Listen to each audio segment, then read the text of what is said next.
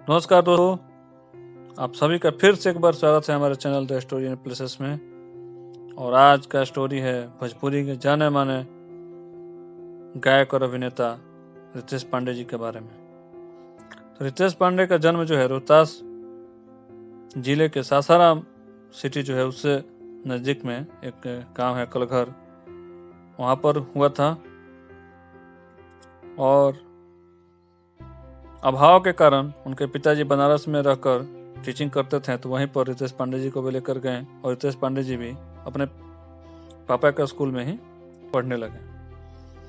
शुरू से ही बचपन से ही पढ़ने में भी तेज थे रितेश पांडे। तो 10th में अच्छे मार्क्स से पास हुए, उसके बाद 12th में उन्होंने बायोलॉजी लेकर पढ़ाई करने शुरू की और 12th में भी अच्छे मार्क्स उनके आए। लेकिन उनका रुझान धीरे धीरे सिंगिंग की ओर चला गया। उन्होंने सिंगिंग में अपने आप को ढालना शुरू किया और सिंगिंग की तरफ मेहनत करना भी शुरू किया।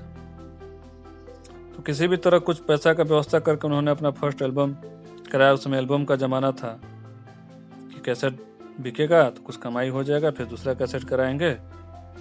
लेकिन क्या हुआ कि वो जो कैसेट है फ्लॉप हो गया, उनका पैसा भी चला गया।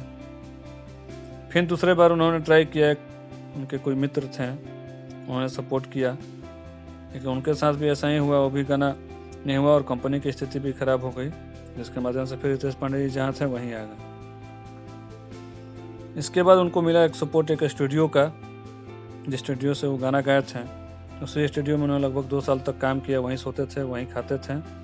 और धीरे धीरे रिकॉर्डिस्ट का काम भी वो सीखने लगे कि गायकी नहीं हुआ तो चलो रिकॉर्डिस्ट ही बन जाते हैं। तो अपना धीरे धीरे करते रहे। इसी बीच विभाकर पांडे जी, एक जो जिनकी मृत्यु हो गई, जाने माने राइटर थे, उनके साथ बैठ के इन्होंने एक गाना तैयार किया जिस गाना का बोल था करुआ तेल। और मजाक मजाक में उस गाने को उन्होंने रिकॉर्ड कर दिया। और रिकॉर्ड करने के बाद इन लोगों को पता चला कि ये गाना जो है नाम कर सकता है, कुछ बड़ा गाना बन सकता है। तो रितेश पांडे जी बोलते हैं कि खुद उन्होंने इस गाना को, उस समय चिप का ज़माना चलता है, मेमोरी कार्ड का, उसमें मोबाइल से मेमोरी कार्ड में डालने के लिए जितने भी बिहार यूपी के जो अपलोडर थे, जो अपलोड करते थे मोबाइल में, उस समय इतना जियो और ये सब नहीं था, उन्होंने घूम घूम के बाइक से सभी दुकान वालों को अपना गाना दिए और बोले कि भाई आप लोग इस गाने को सभी के मोबाइल में अपलोड जरूर कीजिए और सपोर्ट कीजिए। और धीरे धीरे जो है कि उनका मेहनत रंग लाया और करुआ तेल गाना इतना ब्लास्ट हुआ कि उस सीजन का सबसे बड़ा गाना रहा। और उसी गाने से रितेश पांडे को सब लोग जानने लगे। और उसके बाद तो फिर रितेश पांडे ने एक से एक बढ़कर एक सैड सॉन्ग गाया।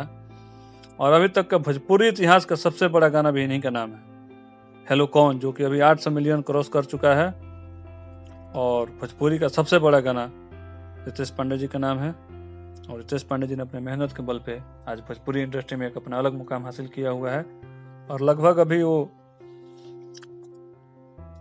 2000 से ज़्यादा गाना भोजपुरी में गा चुके हैं, एल्बम और फिल्म में। और अभी बहुत अच्छे गायक भी हैं और फिल्म भी कर रहे हैं। और आने वाले भविष्य में एक जाने माने गायक रितेश पांडे जी बने रहेंगे, ऐसी हमारी आशा है। तो ये थी हमारे भोजपुरी के जाने माने गायक और नायक रितेश पांडे जी का संक्षिप्त में स्टोरी। तो आप सभी से आग्रह है कि हमारे चैनल को सब्सक्राइब जरूर करें। और आप एक और यूट्यूबर हैं तो अपना नंबर कमेंट करें, आपका चैनल भी हम लोग जरूर सब्सक्राइब करेंगे और सब्सक्राइब करवाएंगे, सबको सपोर्ट करेंगे और एक दूसरे के सपोर्ट से हम लोग आगे बढ़ेंगे। जय हिंद, जय भारत दोस्तों, धन्यवाद।